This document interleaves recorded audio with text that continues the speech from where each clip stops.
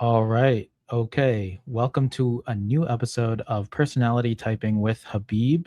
Today is a very special episode because it is the first sponsored episode of Personality Typing where I'm typing Jonathan Pageau. So thank you to Antoine for sponsoring this. And as usual, disclaimer is no type accuracy guarantees. This is my best guess. I do have a number of videos today, so we'll do our best to prove a number of coins at least. And yeah, we'll end up with a final guess of the type. And before all that, yes, I'll do a previous episode recap on Benjamin Netanyahu, who was the previous episode. And yeah, the bulk of this episode is going over those video clips for Jonathan Pageau. And then the next episode, we're going to have a preview for that. Who's it going to be? Why am I going in that direction? And yeah, I'd love to hear comments from you guys and guesses from you as to what personality type you're seeing. Yeah, I'm really just looking forward to doing this personality typing. And yeah, like I said, it's a sponsored video. Thank you again, Antoine. And yeah, so previously on personality typing, we had Benjamin Netanyahu. So this guy, I had him as an ISTP. I believe I originally had him as consume last, but I switched the last two animals around, sleep blast, consume, play last. It's very hard to tell. He could still be sleep blast play. I'm not sure. Someone commented and suggested TISI is possible. So I do see that as a possibility. But the more I looked at it, the more I saw that he was pushing with the SE and FE functions, because if he were actually an INTP, he would be a lot more intellectual, or, you know, that's a weird way of putting it, but they're more battling in the realm of ideas, not for real estate, basically. And so Netanyahu is just known as someone who is taking other people's land, that kind of thing, and justifying it, coming up with basically TINI reasons and stories for how that should be advocated for. But you know, that's anyway. He is good at strategizing over a long period of time, decades long planning, and blah blah blah. But that's NI for you. And you know, people of this type can be a lot better. There are, you know, I made a comparison with Vin Diesel from Fast and Furious. So, you know, and yeah, I think it was really good to get his type out there, like to understand what his type is, because not everyone of this type has to be this way, but this person, you know, maybe didn't get enough love from their mom or something. I don't know. You know, you see that with Trump as well. So it's a good, you know, cautionary tale, you know, and that's why we do these personality typings, is we learn how we can deal with our own brains, given that they work so differently from one another. And yeah, that was a dark edition. You know, this season, like I mentioned in previous episodes, that I'm going between light and dark in terms of who I'm typing. And it's not just in a, you know, like a religious context, but it's also in an ethical, moral context of, can someone be a good example of a human being or not? And I think Benjamin Netanyahu is a bad example for a human being. This is not who I would want representing the human race. So the next step is to see the first impression of Jonathan Pageau. So my first impression of this guy is he's not Netanyahu, for sure. And he definitely has a lot more better qualities. He has, in terms of, he comes off as very NF. You see this picture of him in nature, it just seems very natural for him. You know, he's not, you know, he's anyway, he's very natural in nature. He seems a little bit like a hippie. He seems a little bit like an NF person. I couldn't tell whether he was an NFJ, like an INFJ, or an ENFP. You know, my first impression was like, is this Rick Rubin? Or I think that's his name, right? Yeah, producer guy, ENFP guy. And then I also got like, I think this guy might be either an INTJ or an INFJ. I'm not sure, Tom Power. But that was my initial impression. And then I just started seeing like, you know, this is someone who is like a coherent, you know, NE user possibly. So I was reminded of ENFPs, INFPs, and I think Zach Galifianakis is an ENFP.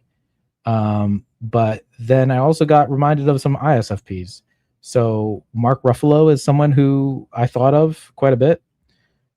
Ricky Gervais is an INFP, and also damn, I forgot his name, but this guy as well, Joaquin Phoenix. There you go. Yeah, even you can even see like the face is, well, the face isn't the same, but there's something about it. And then yeah, we'll see. So what I'm seeing is a lot of FI and NE, but in general, it's just NF that's coming off. But it's after you hear Jonathan Pageau talk, you'll hear even more NF. Myself, I'm ST. My type is SETE, so I am sensitive to the opposite, which is NF, and it's very hard to explain. As you'll find with a lot of what Jonathan Pageau does attempt to explain, he explains the unexplainable. He is a symbolism expert and an icon carver, and he talks about Orthodox Christianity as well. So yeah, in a way, this is a little bit of it's going to touch on religion a little bit. So the thing I would just say up front is that I was born and raised Muslim, but we're not going to get into my background very much. But I've been exposed to Christianity as someone who was also born and raised in New York and United States. So, I've learned a lot about Christianity over the years, and yeah, it's good to hear from Jonathan Pageau about these topics, and yeah. So on that, the first video, we're gonna have 7 videos, and the first one is gonna touch a little bit on some religious topic as well, but a lot of it is going to be talking more about symbolism and intuition and a number of other things. But yeah, so video number 1 is going to be with an ISFP, Aaron Alexander, who was typed MF FISE, consume, play, sleep, blast, last. And so Alexander is going to be pushing back against what Jonathan Pageau is talking about, saying like, hey, this is why I don't like religion, or this is what keeps me away from Christianity, is how people are very judgy. People are judging hard and saying, hey, you're going to go to hell or something. And so Aaron Alexander is, pushing back on that. And so we're going to be touching on this in video 1. And then we're going to be getting into more positive videos later on. But we're just starting off with this issue, which is one of my major contentions with Jonathan Pageau as I learned about him, even though I've found a lot of really good things in terms of symbolism and intuition in general. He's able to explain it quite a bit. But yeah, let's get into the clip. So getting to know Jonathan Pageau. One of the biggest kind of gaps for me with Christianity is the concept of hell. Do you believe that a person needs to accept Jesus, the literal version of Jesus, as their savior in order to be passed through the gates of heaven, or else they'll be eternally damned to this place called hell? I definitely don't believe in that kind of reductionist vision of things. Let's say if we take your image of the wave and the one, there is, you could say, a way in which that is true, but at least there is this is at least the Christian position, is that the wave, it has a reality.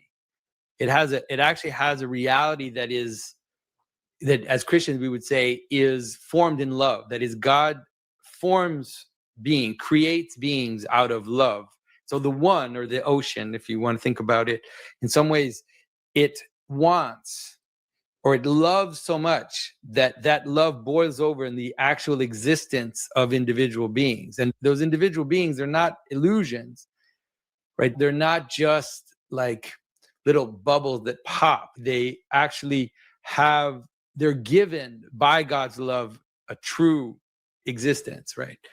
And maybe that's the difference. And so although we do go back we're called back to God, like we're called to be united with God, for Christians, that call back to God never annuls your individual existence because of love. And yeah, okay, so like, what is he talking about?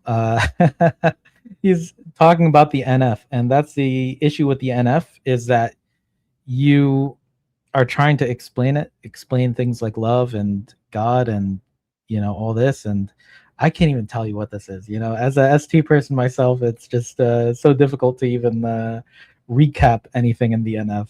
But we're gonna move to the next clip. We're just getting to know Jonathan Pageau. Aaron Alexander is talking to him about sensory things, or he's trying to get the censor out of it. Like, how do we deal with these real people that we are dealing with?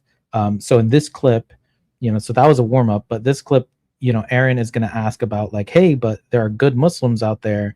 What about them? These people are good. And then Jonathan, like, how does he kind of evade that question? That's kind of one of my issues with Jonathan Pageau, but it's okay. We're just trying to get to know the functions and the personality type.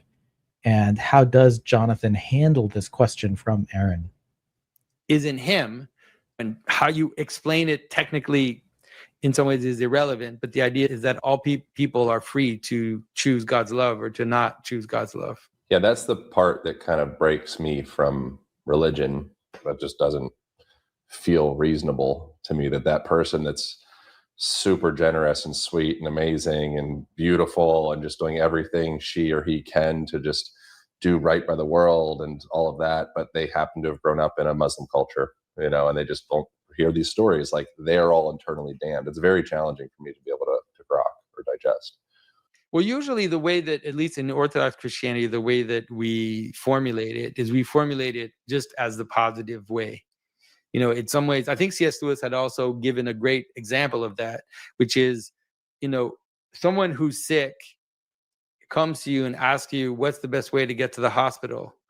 And then I say, this road, take this road, it'll lead you straight to the hospital. And then the person says, yeah, but can I take the other road? Like, could I also maybe like take this other road? And you're like, well, do you want to get to the hospital or not? Like, what is the question that's being asked here? And so I think that's the way that I like to think about it, which is that in Orthodox Christianity, we say, ask me how it is to come into full communion with God, and I'll tell you, this is the way.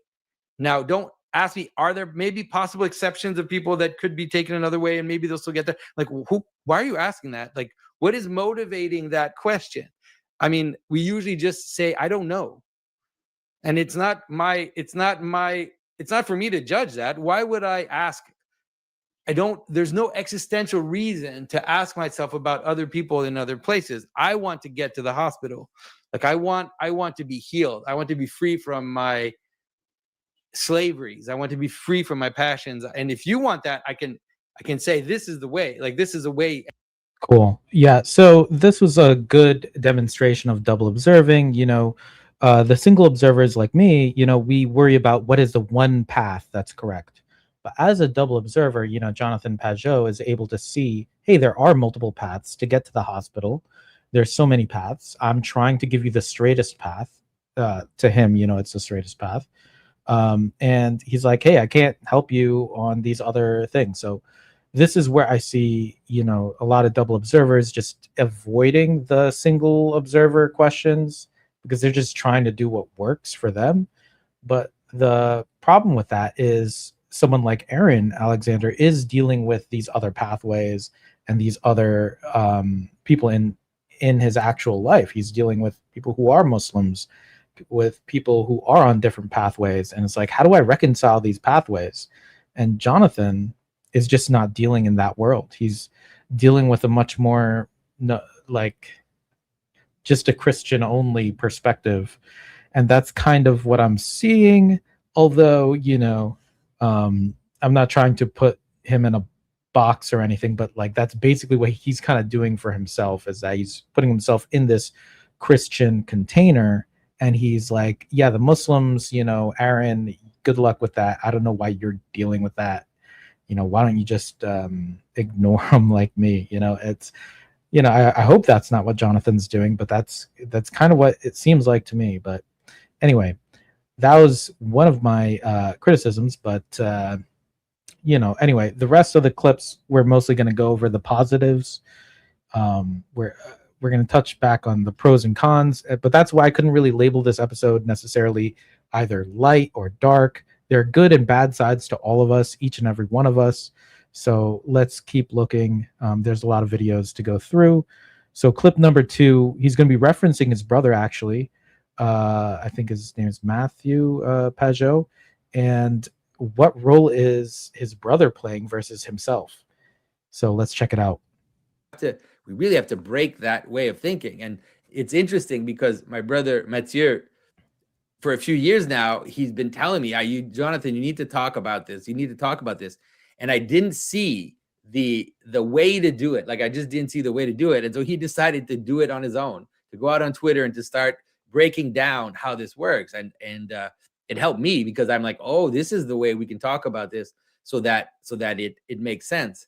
And there is a relationship ultimately between that and symbolism, because there is another way in which you can understand that centralized activity can happen without what people imagine to be this insanely detailed top-down agreement on everything.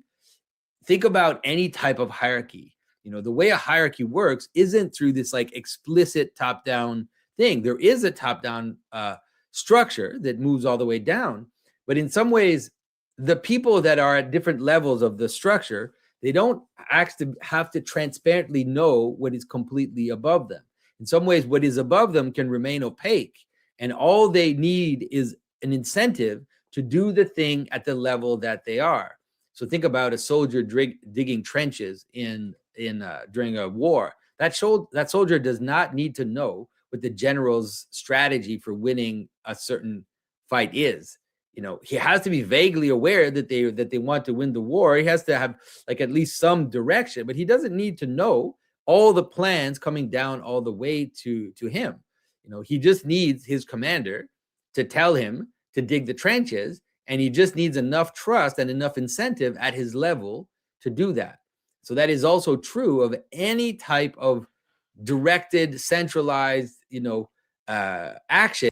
Yep. So yeah, there he was basically describing control structures rather than, conspiracies. So Jonathan Pageau is able to play that role of the double observer, where his brother, I'm not sure exactly what type his brother is, but could be playing the role of an observer, where the brother is going on Twitter explaining conspiracy theories and talking about this and that or something. I'm not sure exactly what, but Jonathan was like, how do I even talk about this? And he's like, okay, let me just break down the hierarchy of like how the incentives are working and how power is distributed and how those incentives cause certain things to move in something that looks like a centralized way. But it's not. He's basically fighting back against the narrative that there are conspiracies at play. Although, it's just his understanding of it. He's not going to be a single observer about it. He has a bunch of videos actually that are quite good explaining what conspiracies really are in a lot of situations, which I found to be very good as a single observer myself. So the brother is the single observer. He is the double observer, which means decider. So rather than an EP, he's more like an IP. And we'll see a number of these, and I put allegedly here, and we'll see a number of these decision points for us. Basically, is like, is he double observing or is he single observing? That's a coin that I'm really, at the end of the day, I can't be 100% certain on, but I have quite a bit of evidence on that. So we're going to keep going. We're going to talk about ancient symbolism. So which types can talk about ancient symbolism? Not me. I'm not going to go talk about it. Look at all this proof that I'm doing just for a guess, right? So I have way too much censor proof and way little symbolism. So we're going to be looking at how Jonathan is talking about the intuition. How does he explain the intuition of, I think in this case, it'll be the devil horns for rock and roll, which, is a hand sign that people do. And you'll see some OE over OI and just NE basically. So keep an eye out for extroverted intuition explaining itself basically, because they want you to get in on the understanding.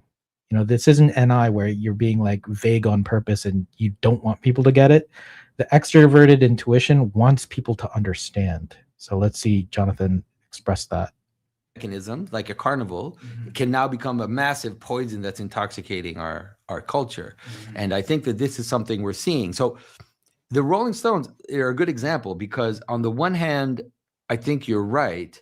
But on the other hand, the Rolling Stones also played with that. You know, it's like they did it. They had the Hells Angels. You know, they hired the Hells Angels to be their bodyguards, and you know, I know they at some point they hired these like witches from like a witches coven to like be there. So they were really, they were like really leaning into that darkness and that kind of dark spirit, which actually is more sincere and worrying than anything Sam Smith's done, I would say, possibly. Yeah, well, Sam Smith, now he's at the end of this process where, like you said, in some ways it's like now we actually worship, but it's exposing the reality, which is something like, you know, we worship the devil. Like most of the culture worships the devil objectively, right? It's like, well, what I mean is that if you have a culture, and this is actually back, by the way, this is what Anton LaVey said. So Anton LaVey, the founder of the Satanic Church in the 1960s, he said, you all worship the devil, you just don't know it.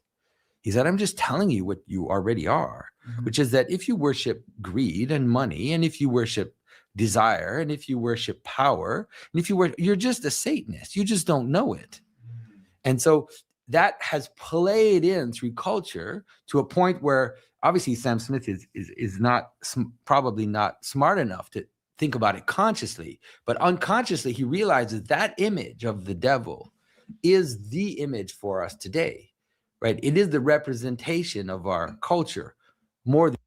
Wow, that's really good. Yeah, just breaking down the intuition of, you know, hey, well, whether you're doing it on purpose or not, you're basically worshiping the devil in the form of money and power and these other things. When everyone is aligning themselves to work so hard for the goal, what is the goal? Is the goal, you know, to serve God or something? It's like, no, people are working very hard, blood, sweat, and tears for money and power and things like that. And so he's talking about Sam Smith, but he's not making it into a decider conversation about that, which is good because in this case, it is dealing with the intuition of things. And that's why it is hard to say between decider observer, but you know, people aren't going to make the single decider stuff all the time, but this is very NF. Like you can see that he has a pulse on the NF of the culture of what people are doing is like, hey, just because you don't know you're a Satanist doesn't mean you're not. You need to see what is the goal that you're going for. And the other thing I would just say is shout out to Matthias here. He says, yeah, Jonathan Pageau. It's great, excellent to have people excited about this class, this typing. And yeah, we got tons of great clips coming up. So, you know, one of the hardest questions is deciding where Jonathan Pageau has his introverted feeling. Does he have it first or second? I don't know. But we're going to try to find that out. And what we're going to see is that he's very reluctant to use extroverted thinking. And in a way, like this, he's going to talk a little bit about Christian apologetics. And he's going to say he doesn't want to explain himself. You know, he doesn't want to explain the NF. You know, he's not like super duper NT in the sense of like, he doesn't want to explain things all day, you know, and you'll get that sense from him. So several years ago, this is when I was quite a young man, I promised myself that I would never do Christian apologetics. This was due to the fact that I kind of grew up in a world where explicit evangelization and apologetics was such a strong part of, you know, the people around me and the thinking around me, that I kind of promised myself that I would always use a beauty first approach to Christianity and try to show the beauty, you know, of the life in Christ and the beauty of the church and the beauty, you know, of everything surrounding that, beauty of Scripture, especially. So here I am, in some ways, making a reaction video to an apologetics question. And so I kind of got pulled in a little bit into the world of apologetics, but hopefully what I'm about to talk about will help a lot of people, you know, untie or you know, or break down in their mind some of the problems that they have when, especially people that are non-Orthodox, that look at some of the pronouncements or some of the ways Orthodox. Okay, so we're typing here, but I will leave the video links in the description for you to check out for yourself. But what we're trying to see here is where is his extroverted thinking, and he's like very reluctant to use it. He doesn't want to explain things. He's like, all right, fine, I'll explain things, but I don't really want to do that. And that's his view, and I totally get that as a FP myself. You know, I'm an ESFP, and he is some kind of possibly FP type, FI, very high up there, you know, very reluctant to use that extroverted thinking. And so in this second part of this clip, this video, is Jonathan communicating more with FI or TE? How is he on blast? So we're just going to be doubling down on this observation here. What the rule is, right? If you say, what should I do? I'll tell you the rule. If you say, where should I be? I'll say, this is where you should be. You should go to confession. You know, you should go to confession every time you take communion. Do I go to confession every time communion? Sadly, I do not. You know, but if you ask me, what should I do? That's what you should do, right? That's in some ways like the line that kind of leads you. And this is something that happens organically in the church. And obviously it's hard to explain it for people that are used to these, to, on the one hand, a kind of vision of Christianity, which is the idea that we fell short of this moral standard. And now God gave us a bunch of rules that we had to follow that we can't follow, you know, and so we're guilty. So for that reason, then God sends Jesus to kind of take that guilt away, so that now we don't have to live by any rules. It's like we don't even understand. We don't understand these. I mean, I understand it because I grew up in that life. I grew up in a Protestant world, you know, and it's the same with the problem of works. Everybody, it's just wild. It's like no matter how many times the Orthodox will explain to someone, you'll always hear Protestants say, well, it sounds like you believe in works-based salvation. And we don't believe in works-based salvation because we don't believe that there's like, that we're trying to either do a bunch of things to attain a certain kind of, to make God happy so that this moral standard is kind of attained. And if we either believe that or believe that we can't do that, so we just have to kind of rely on God's grace. Like we just don't believe that. We also don't believe that you do works, like this weird idea that you do works out of gratitude for being saved. Like, what is this? Like, what is this? The works are your salvation, right? Okay, yeah, without getting too much into that, basically the FI aspect, I would say, is the moral standard, and then living by rules is SI. And yeah, so we have a comment here from Matthias. Protestant world is very TE over FI, and Jonathan is sensitive to that. Yeah, that's exactly it. And so back to this is like he is sensitive to and understanding that there's moral standards at play here, and there's also rules, but you know, he doesn't want it to be that simple, you know, and so he's like talking about works and hey, you should go to church and do these things and do these works. And yeah, so there is a little bit of a, you know, after listening to him, you know, I do have a bit of a confusion on what his end goal or end point is, because a lot of the things that he is practicing, it does run counter to his type. And so there is that, like, there's like an inner struggle, you know. But yeah, like, you know, it's that rebellion that we all have inside of us that I can see, you know, leaking out in times with Jonathan here. But yeah, I mean, it's not his job to explain things, so he's not going to do the TE, you know. And I'll just highlight this one more time. I think Matthias has a very good insight here on how Jonathan is dealing with the TE, is that he doesn't like that part. He just tries to go through with the beauty aspect of it. That's why he's more of an artistic type. It's so funny how artistic sounds like autistic, because in this case, it might not be too dissimilar. Not saying that anyone has autism here, but there's certain things that yeah, you can notice if you want to. Speaking of which, clip number 5, this is on how is his relationship with introverted sensing. So he's going to use the word archaeology here, and archaeology, I would say in this case, in this clip, is going to be about the introverted sensing part of him. So, you know, is he putting his NE over the SI, and then by how much? Or is he able to go kind of back and forth? One of the other things I'm looking at is he consume sleep or is he consume play? So that's another thing to watch out for here. Trying to be convinced of this. And so now I'm married to a Christian woman, and if I believe in Judaism, then I'm either going to go to hell or I'm going to not. So I'm personally biased. I have a personal motivation to not And trying to figure this stuff out. Well, to not believe in it. So that's just, we don't have to I don't need to make you my therapist, but I just want you to know where this comes from. It's not a disrespect to you. It's an eagerness to want to be a secular person, I think. But what? You're trying to be, so one of the, I agree. And I mean, I find problematic when people use scientific type descriptions. Like I flee archaeological arguments, all this stuff. I flee it like the plague because science, by the way, it's interesting because science is the very opposite of certainty. Science is not certainty. Science is, every scientific discovery has an expiration date on it. You don't know what the expiration date is, but that expiration date is there. And all scientific discoveries and archaeological discoveries and all these things, they're all there temporarily until something else comes up. And that is not the type of foundation that you base your life on. You don't base your life on those types of proofs, you know, because you basically, you live in uncertainty. You know, when you live in trust, and that is the way to kind of move. And so the idea, for example, right? So let's take what happens in scripture.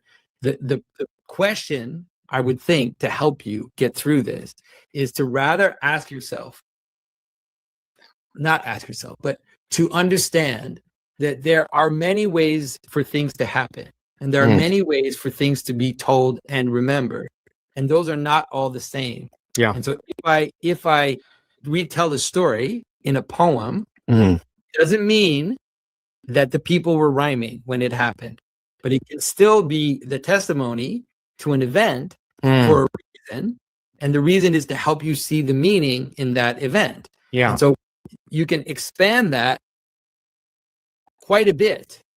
And then Okay, yeah. So he's doing a good job just constantly double observing, constantly going back and forth between the intuition and the sensing. You know, I'm starting to feel better about that because I see that scientific discoveries have an expiration date, according to Jonathan Pageau. I think that's a very cool thing to say. If he is NF, he sees the ST and he's like, you know, that ST is not really going to last you. Those scientific discoveries, you know, when compared to these bigger questions, you know, you're not going to, you know, it's not going to last. And the SI and the NE are constantly jockeying for position, basically, is that science makes one step forward and then intuition makes another leap forward, you know? So he's able to see back and forth quite easily. And I would say if he was NE over FI, if he was an observer, if he was an EP, he would have some worshiping of science or something.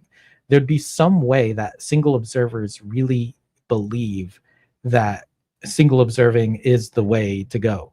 You know, it's like, hey, this is provable, you know, and once it's proven, it's going to be great, you know? And so double observers are just not doing that. They're like, hey, no matter how amazing the missing information is, you know, that's got an expiration date. So we got to keep it moving.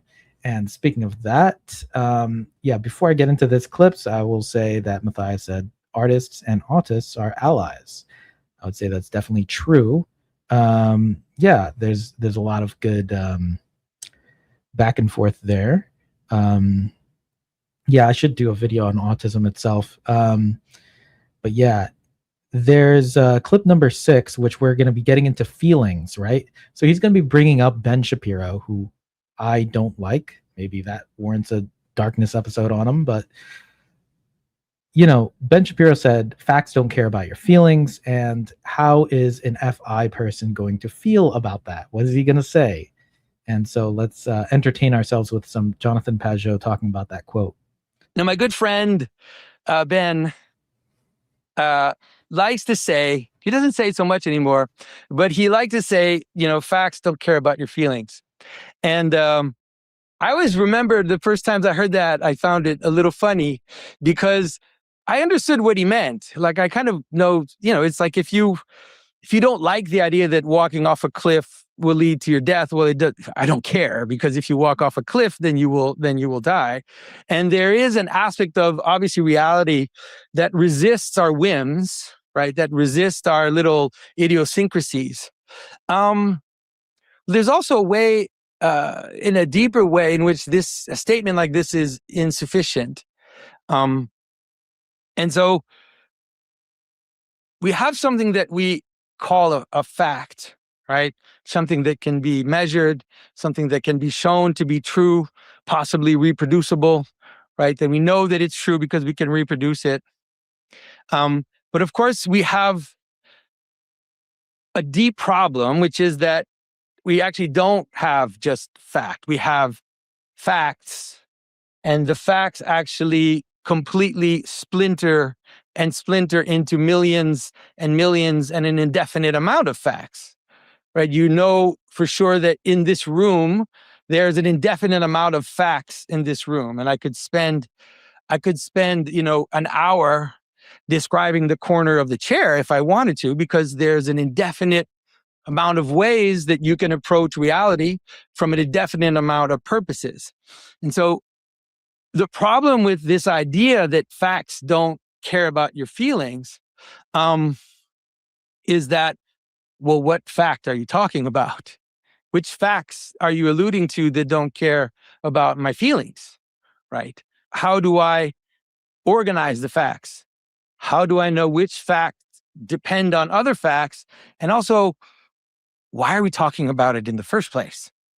Why are you talking about this fact? What is it that you're referring to, right?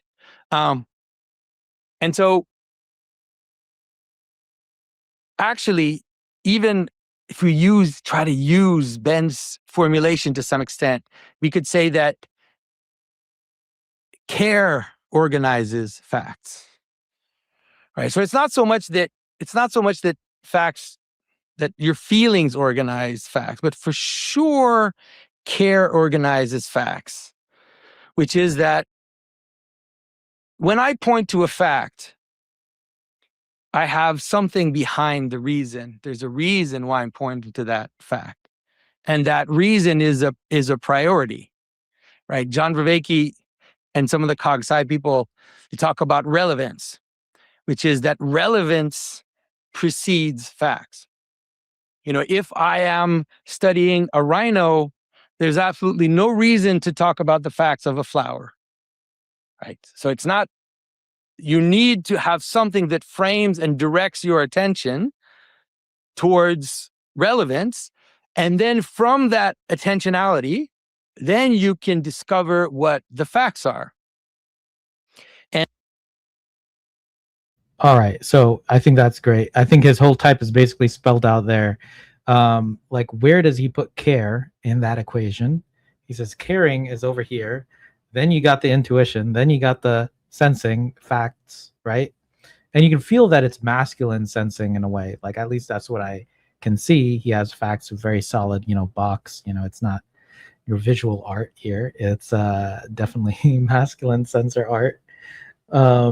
But yeah, so, and then after the facts, there are the, as I was trying to say here, there's a reason behind the fact. That's what he said. There's a reason behind the fact. And so that's what I'm seeing with Jonathan Pageau, is that he's, after he does the double observing, that's when he gets to the reasons. He's like, what's the reason? Why do I care about this? Why do I care about arguing with you? Why do I care about debating with you? Things like this. Why do I care about doing apologetics? He does all the feeling, intuition, and sensing work before he does any of the thinking, reasoning work. That's what I'm seeing as the order of his functions. I think it's spelled out pretty well here. And as I said, those will be linked in the description. We have just a few more videos to get through, and we'll get to our guessing. But yeah, this specific video is a positive explanation of spiritual practices and the order of them. I think Jonathan Pageau does an amazing, beautiful job of explaining like how these spiritual practices are good, and then what is a higher good, and kind of ordering the NF, putting some order to the NF. And that's actually the beauty of ST Blast, SINTE. And Matthias here says NF and FI over the STSI. Yeah, for sure. That's what we're seeing here. And let's check it out. So this is a beautiful NE over SI description of spiritual practice. Let's check it out. So it's not that the systems don't have a certain amount of coherence as they fragment. And so, you could say that as things kind of fall apart, well, people will develop these practices, like you said, like mindfulness and different practices. And the truth is that this is better than nothing, right? It's better to be spiritual and non-religious than being a complete, degenerate hedonist. Like it's better, but I do, and it's better to practice mindfulness than it is to be distracted. That is definitely better. And so, but I do also think that when you see this happening, where there's this kind of, new spirituality and new age stuff that just fragments and everybody's kind of doing their own thing, it is nonetheless an image of fragmentation, because spirituality is not something that is only an individual thing. One of the aspects of spirituality is that it is meant to bind us to others, right? That's what religion means. Religion means that which binds. So we need also spiritual practices that bind us to others in a true way, not in a I go to yoga class once a week way, but to I'm going to build families and actually neighborhoods and people that live together and exist together with communal goods in mind. And so that's why in some ways, a lot of these new practices, they're interesting. Some of them, they're, like I said, they're better than nothing, but they're not, I don't think they're sufficient. And I do believe that really the only, for all of its brokenness and the frustration around it, the only thing that we have that we can remember that can bind us together is Christianity, and I do believe that it's true. I mean, obviously I believe that it's true, but I also believe that even practically, there are no other practices that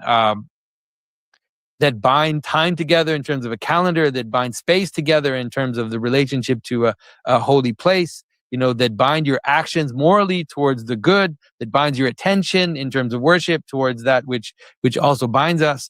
There's really nothing. There's nothing else that has replaced it now. Okay. Well, that was great. That was a beautiful explanation of extroverted intuition over introverted sensing. And specifically, as an aside, the yoga, the meditation, all that, it's good to contextualize that in the hierarchy of meaning.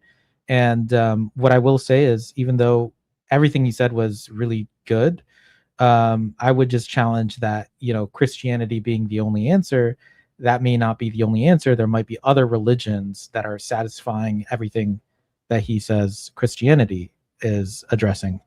There are multiple pathways that, do a number of basically all of those things. I'm not trying to out double observe a double observer, but, I would say, multiple religions make sense on exactly the level he's talking about.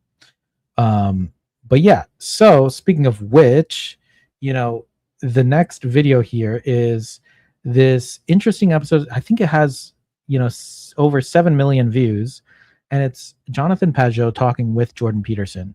So up until now, we've seen a lot of the good conversations, points, explanations, intuitions, because Jonathan Pageau is a symbolic expert or expert on symbolism, and he has a lot of great things to say and good understanding of the world. He has really strong NE as well as FI. He's able to push back against Ben Shapiro on like the facts don't care about feelings, and saying that, care organizes facts. I think that's pretty innovative. A lot of good things. But I thought that in this interview, not exactly in this interview, but his reaction to this interview ends up leaving kind of like a bad taste for me. But, that's my challenge. But, it is a spicy interview. I think Jonathan Pageau did not know what he was walking into. And, there's a little bit of this isolation that he has within Christianity. He doesn't know that there are other pathways out there. He doesn't know really what Muslims believe. And he becomes very kind of like guarded and skeptical, like very skeptical of what's going on here. But anyway, we'll see a little bit of an exchange, and let's check it out. All the above, right? These are doctrines. How do we look at these doctrines? Because the reason why I'm asking you, I think... Oh, and as a context, this guy is probably some kind of ESTP or STP of some kind. Like he's more of like a debater type. So it's very opposite to Jonathan Pageau's vibe, which is why he doesn't really vibe with him. You are qualified, or at least you have some, because you did mention in your lectures that you were taking the approach of the Alexandrian school, which is like Origin of Alexander and his Jewish teacher Philo and these kinds of people who take what you call the spiritualizing text. They spiritualize the text. They were known, the Alexandrian school was known for spiritualizing the text. And they were aberrational in that sense. And that's why they were, one of the reasons why they were seen as heretics by all, I think all the churches, the Eastern. I mean, just Origin, but Yeah. the Origin said some things which are heretical, but Yeah. he has massive influence on church fathers that are Yeah. respected. But to your point, Yeah. the let's say the notion that facts have meaning, that is something that as Christians we should believe. Yes. Right. Is And God created the world with a meaningful structure, so the world lays itself out in a way that when we see it, we can see the Exactly, meaning. and this is something which all types of Christians will agree with. Catholics will agree with it, Eastern Orthodox and Protestants. All of them will say you must believe in these doctrines as happening. You cannot believe in them as symbol. You cannot believe. So the reason why this actually is So when I hear Yeah. something like that, Yeah. then the question that arises for me is, what do you mean happening? And so let me just unpack that a little bit. So I did a lecture last night at the Apollo on the story of Cain and Abel. Yes. And one of the things that I proposed was that not only did that story happen, but it's always happening. Yes. It always happened. It's happening right now, and it's always going to happen into the future. And so Yes. I would say to some degree, the mere reduction of these profound stories to a historical reality is an underestimate of their truth, because they're a strange kind of truth, because they're the truth that always happened and is happening now and always will happen. So the think Cain that and Abel story, for example, Yeah. you have a story. Okay, so without getting too much into that, so Matthias says, hey, glad you put that interview. Well, I could do another clip from this, but yeah, this interview itself is really worth watching because Jonathan does get a little bit flustered in this. It's, it's something that he has to deal with, I think, because Islam and Christianity are so similar and they solve a lot of things, like when you really look at it. But, one of the issues is that I'm not even sure how much Jonathan Pageau has looked into Islam based on like his, issues with it. And I thought like the only kind of Muslim that Jonathan has spoken to is this one, is Muhammad Hijab, who is not the only representation of Muslims, right? This is like, this guy is more of your salesman, like your Patrick Bet-David type, your Gary Vaynerchuk type. If you only meet the Gary V version of a people, you've not really met the people. You don't really know them. And so Jonathan, I feel like, he doesn't have that great of a picture of Muslims, and he just thinks that they're trying to, proselytize and evangelize.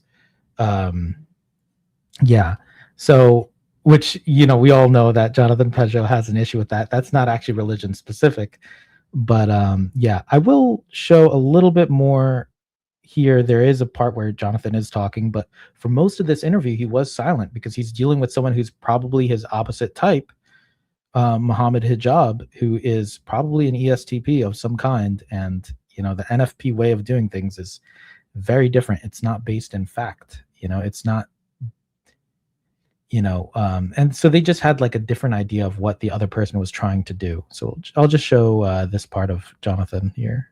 Of do you believe in God? I think one of the problems that the difficulty that Jordan faced was faced with a modern Protestantism, which was very propositional. And it was like, I believe, and it's just a bunch of things that you believe in terms of thinking. And I do think that what Jordan is trying to grasp at and trying to understand is actually probably closer to something that most traditional Muslims would believe, which is that if you say that you submit to God, but you don't submit to God, then that word is empty. That I agree with. Yes. And the question is, why is it empty, right? Yeah. If you said the words, why is it still empty? And so I think that what he's grasping at is to find a more encompassing, it's like, stop asking me if I believe in God, watch me. Yeah. Yeah. Okay. No, but I get what you're saying. But what I'm saying is this: is that the attitude that you have towards scientific investigation is that which is more congruent with a correspondence theory type understanding, Yes. right? So you Okay, without going too much into that. And then there's a moment here where, Jonathan Pageau, basically calls out Mohammed Hijab for like, hey, you're just trying to get us to convert or something.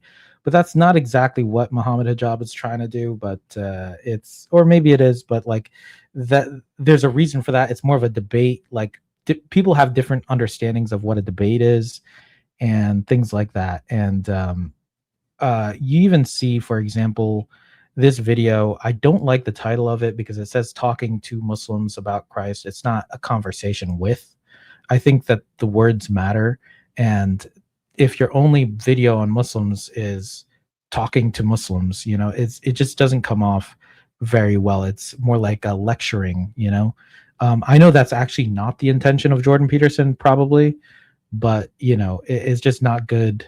It's unfortunate phrasing, I would say. And so Matthias says, I think Jonathan didn't like the social one of Muhammad. Yeah, for sure. Social one first. The flexing, the generalizing, the salesman essentially. Yeah. So there's the salesman part.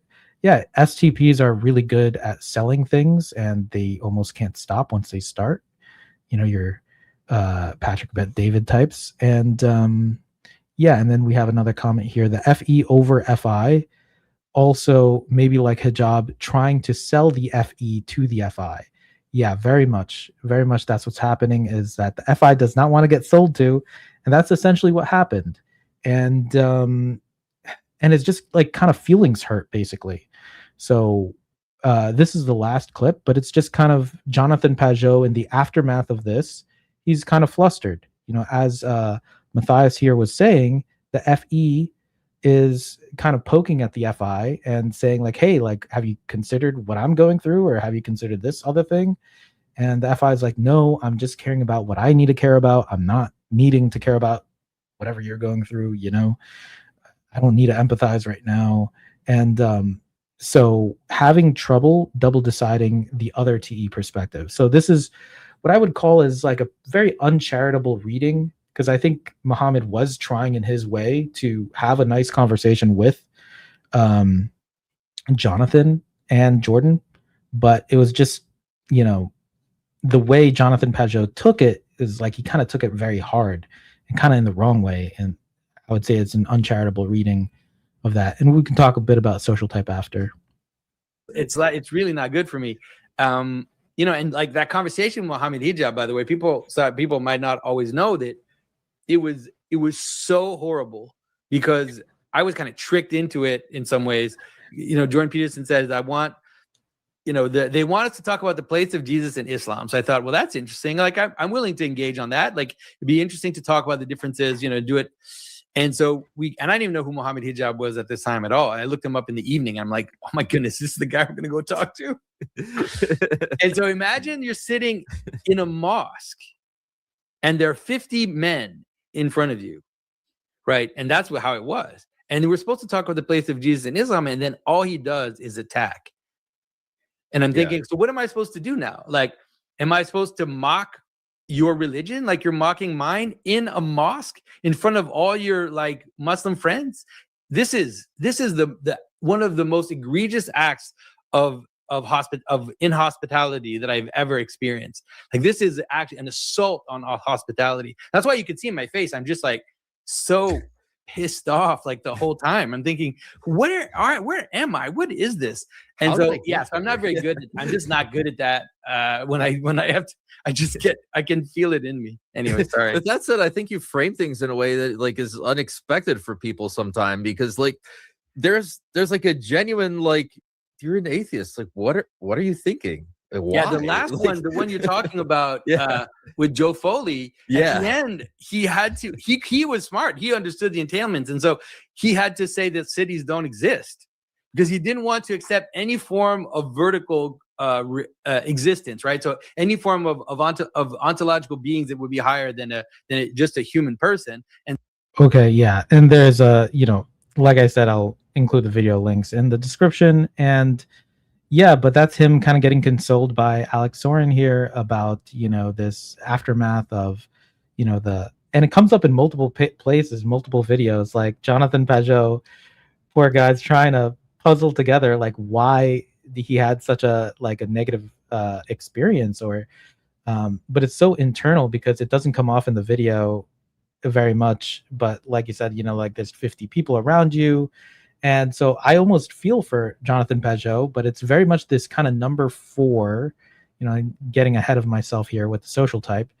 The friends over flex and the specialize over generalize. And it's just like not seeing and I hate to call it a scam, but it's more like when you're entering this religious debate kind of situation, and you have to know what you're walking into.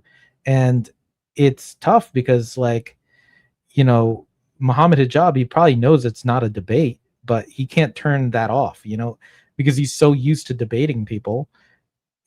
That was him turning it off. That was him very much powered down. That was the softest I ever heard that Muhammad Hijab guy, and it was still very much in the always selling mode. And so I think that's just a rough situation for Jonathan here, who he doesn't understand how these other people are very opposite from him and are using things like FE and using things like debate, like, hey, I'm just trying to make sure that you are a solid debate partner, in the sense of if you can prove your religion, I will change to yours. If I can prove my religion, you will change to mine. That's kind of the debate Muhammad thought he was having. But Jonathan is he's like, yeah, I don't do those debates. He's not TI. So this next slide basically is one of my issues with the Jordan Peterson world in general. And we just typed Netanyahu, so I thought it would be good to put this in here, which is hey, the Christian right in that world, or whatever world is part of Jordan Peterson, these people are telling, and this is a very much a very big turn in the video here. But what I'm saying is that Jordan Peterson is advocating for, Israel to defend itself or something, but give him hell, Netanyahu. I think that's really rough for Jordan Peterson to have said. And at this point, at least in the past few years, Jordan Peterson was very sick, and I'm not saying the two are connected, but I'm saying, or maybe I am saying that, but it's when you are putting this bad NF in the world, it kind of follows you as well. And basically, if you don't know, if you're not aware, there's been a lot of bombings from the US and Israel, US funded Israel, towards Gaza and things like this. And someone like Jonathan Pageau, I just feel, he aligns with Jordan Peterson so much. And Jordan Peterson also aligns with Netanyahu so much. I just see that fabric of, these connected people who are just advocating for the death of Muslims, and they're just making that their whole thing by accident, whether it's by omission, by not saying things, by not caring about people, and just putting preferential treatment and stuff like this. So, I would just, if I could talk to Jordan Peterson, I would say hey, you should probably take this back, apologize for that, and say you shouldn't give them hell. You shouldn't be bombing innocent people. And I think it's kind of sad, and it shows, weak character in any male who advocates for things like, violence, which is what this is. It's you're telling the person who has all the bombs, to go hurt those innocent people. And that's, and October 7th, he doesn't know what he's saying. Anyway, I don't want to go too much on that, but it's pretty bad. And I think people in that world need to address this kind of statement. And then it's a comparison with the other side, so who are good examples of Christians or people who have a functioning heart, a functioning FI. So I would be just very surprised for an FI user like Jonathan Pageau to not empathize with Gaza and what's been happening over the past few years, which is not what I've seen from him. And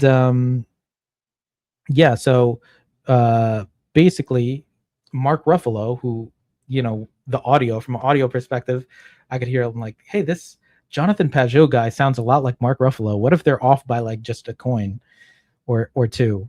And yeah, I could hear Mark Ruffalo in Jonathan Pageau, but Mark Ruffalo is an ISFP. But he can understand, he has the empathy, just like Aaron Alexander earlier in the first clip says, we've come to understand this bombing isn't working. We're not going to bomb our way to peace. So that's using the sensory, right? And Miss Rachel is also sensing over intuition. You know, I typed her as an ISTJ, and she says, okay, 15,000 Palestinian children killed total. Stop bombing children. And she gets a lot of hate for that, but she stands up for it, even if she has a lower FI in her stack as a ISTJ. So protecting children is, I think, one of the basic parts of being a man. And I find that a lot of like kind of intuitive men are kind of weaseling their way out of that. And it takes a lot of the sensing types to be like, hey, we have to deal with our world. We can't just deal in symbolism and things like that. So anyway, that would be what I would advocate for. And it's just about introverted feeling. Like I myself, as an extroverted sensing lead, I will fail at my own first function too. My first function is SE. Maybe I should be going to the gym more. Maybe I should be doing this or that more. I should get in better shape, all this.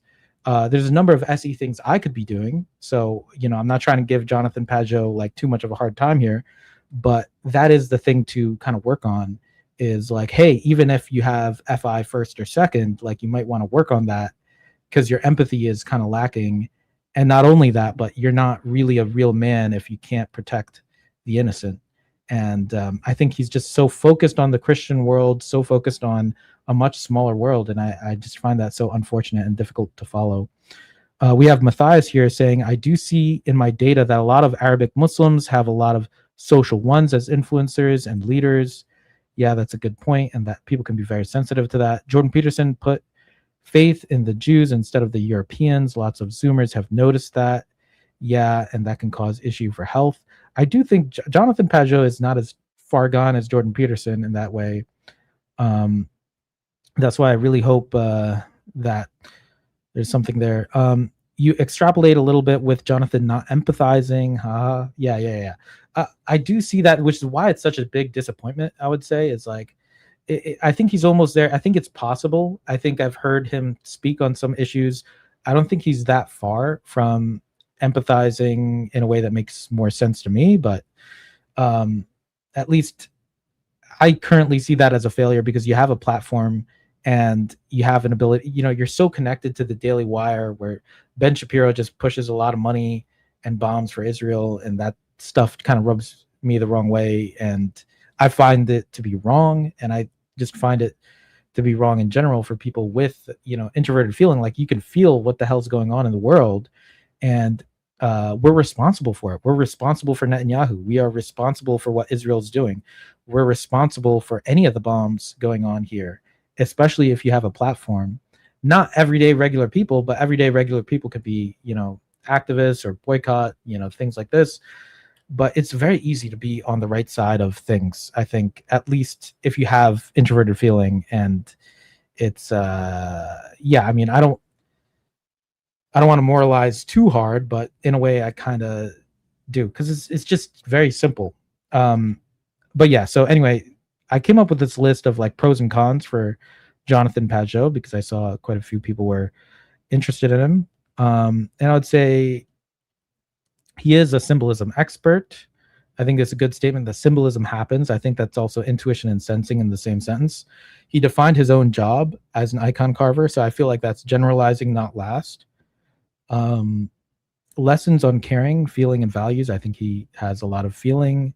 He has a lot of intuition with consciousness and a higher purpose as great topics to pull yourself towards. And as a role model, I'm saying Jonathan Pageau has a lot of strong points, including excellent storytelling. He has very innovative explanations on a number of things, including art and technology. He deals with the bigger questions, which is actually very difficult. And I think a lot of people have that. And mythological thinking does not deny scientific thinking. yeah, he actually does understand what science is, so I like that. And then also he does, use mythological thinking as well, so it's just another pool of resources to be using.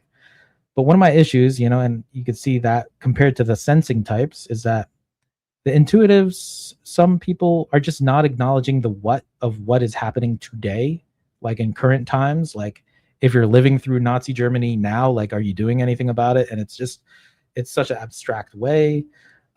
There's a resistance to truth. I think, whatever Muhammad Hijab was doing, he had too much of a resistance to that, to debate, to talking about, to arguments, basically, to conversations, where it is sad that his only conversation with a Muslim is with Muhammad Hijab. That's the only one I saw online. Let me know if there is another. And it's just an uncharitable reading of Muslims. I think that's, Islam has a lot of what he sees in Christianity. Anyway, too much double observing, which provides cover for violent people. This is kind of a big problem that I see a lot of people having, including Jonathan Pageau. And then not facing the dark side of Jordan B. Peterson. Just, even though, Jordan Peterson is sick right now, and there is kind of this void, and it's like you have the opportunity to kind of speak on, the opposite end of whatever Jordan was talking about. And that's ultimately, I see it as selective empathy. And, they probably wouldn't even push back against that. I think you want to have empathy for yourself and your own family and all that. But I think that's overall, it's a problem to only have selective empathy. I think there's pros and cons to it, but yeah, anyway, I see it as a problem. But anyway, political blind spots possible as a result of these other issues. So anyway, those are the cons. I think it goes both ways, and I'll include whatever Matthias is saying here. Jonathan, just follow Jordan Peterson for Christianity, not really being with the Daily Wire per se. That's true. Jonathan is also very nuanced with Jordan Peterson. By the way, like he defends his friend, but is critical of him. That's true. He's not really blind, in my opinion. Most people are blind demonizing the other side. He is not full-blown liberal or conservative Christian, very integrate yellow stage. Yeah, I think that's all good. I think those are good double deciding to do for Jonathan Pageau. I think it's not that simple. He's not simply this or that. I think he is in the middle. I think, there's some good. And then Matthias, what you said at the end there, I think that was really good. An integrative yellow, that's a good place to be. So there's a lot of good things to see. But the one thing I would just end on is a quote from Carl Jung, at least end on for the typing process, is intellectualism is a common cover-up for fear of direct experience. This is something I'm saying, this is an intuitive person. Carl Jung is an INTP. And I think it's just a shout out to all the intuitive people out there, or anyone who is, including myself, who use intellectualism and debate and all this, as a cover-up for a fear of direct experience. Like, we need to be living actual life and dealing with actual problems and actual people, because we're not so different. Christianity and Islam are so similar, it would blow your mind. Things like, for example, Islam believes in Jesus, things like that, and people don't know that. But yeah, so I would say go touch some grass, all that good stuff. And then, yeah, narrowing down the guests for Jonathan Pageau. Let's go. Yeah, so intuition, feeling, OE, and DI. So this is basically where I was feeling for most of the video, right? And then the rest has to basically be proven, right? So he's definitely NF and self above tribe. He has his own opinions. Gather over organizing. He's, looking into all multiple theories. And he's a dude. So yeah, introvert means blast last in this case. So he's not comfortable with explaining things, over explaining himself. He's also very tribe motivated, at least from what I'm seeing. A social type can be difficult. And he's feminine tribe in terms of, like, he's not really pushing hard on others. He's more so pushing hard on himself. And then I would say I was seeing sleep energy as well as omnivert. And basically, he is, that kind of consume, sleep, play vibe. That's what I was seeing. And other than that, the last narrow down is that he's a decider. So a decider, blast last, omnivert. And so my first guess, which is my final guess, is MFFINE, consume, sleep, play, blast last, number 4. So this is what I'm seeing with Jonathan Pageau. I think that's basically an intuitive version of Mark Ruffalo. And definitely listen to them side by side, and you'll see quite a bit of similarity, type-wise, from a cognition perspective. And so there's MF. I hope none of that is too much of a surprise. The animal stack could be different, but I'm pretty satisfied with consume, sleep, play. I think we've proven quite a bit there with the introverted feeling first and the extroverted intuition second. And social type 4, I think social type is very difficult. I was kind of between social type 2 and 3 in the beginning, and then I just went to 4 because I just saw him do both specializing and generalizing.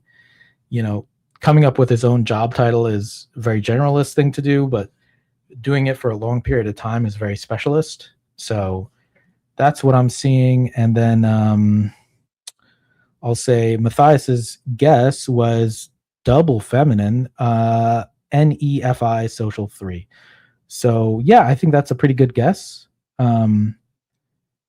Yep, he focused so much on the visual. Yeah, it's possible. I think that's definitely a possibility. MF versus FF is a question. At least from what I was seeing, MF wise is just that he's hard on the facts, and and I think icon carving. I don't know what kind of art he does, but if it is carving and that kind of stuff, that might be more masculine sensor art. I'm not sure.